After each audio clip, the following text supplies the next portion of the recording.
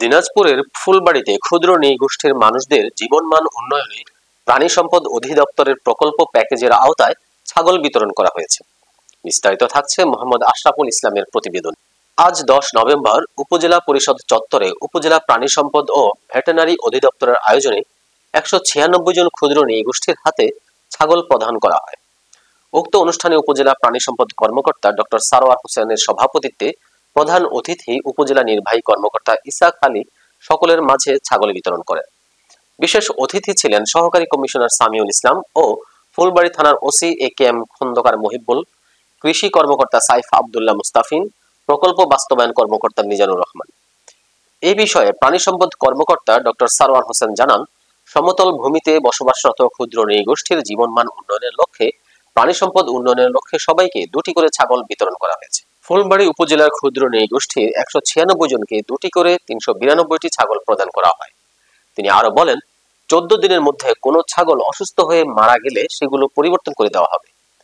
প্রধান অতিথি ইসাক আলী বলেন, সরকার এই ছাগলগুলো লালন পালনের জন্য দিয়েছে। কেউ এই ছাগলগুলো বিক্রয় করতে পারবে না অথবা জবাই করে খেতে পারবে না।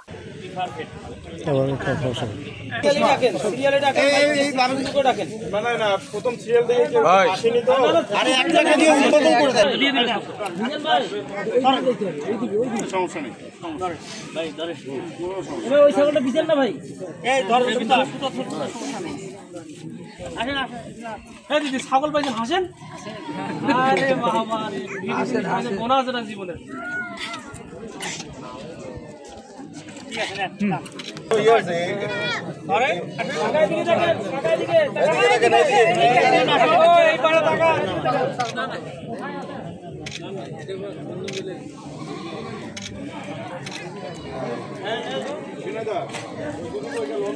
ঠিক আছে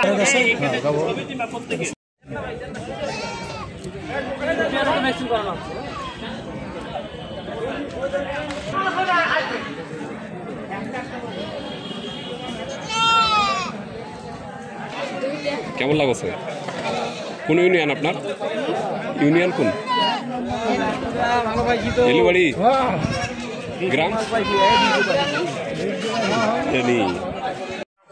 খেয়ে ফেলেন কিংবা বিক্রি করে দেন, বিক্রি করে নেশা পানি বা অন্য অন্য কিছু করে ফেলেন, এটা কিন্তু আমরা ভালো চোখে দেখবো না। প্রথম কথা, আপনার নামটা যে আমাদের তালিকায় আছে সেটা ব্ল্যাক লিস্টেড হবে। আপনি কোনো ধরনের সুযোগ সুবিধা পাবেন না। এবং এই ছাগল মানে ছাগলের যে অর্থ এটা উদ্ধার করে সরকারি কোষাগারে জমা দিচ্ছে। আর আপনার ছাগলই উপহার হিসেবে সরকার উপহার হিসেবে দিচ্ছে, এই জিনিসটা আপনার ছিলই না। এই জিনিসটা দিয়ে আপনি আপনার এটাকে চিন্তা করতে হবে যে এটা আমার বোনার জিনিস, এটাকে নিয়ে আমার উত্তরণ বা ভালো কিছু করতে হবে।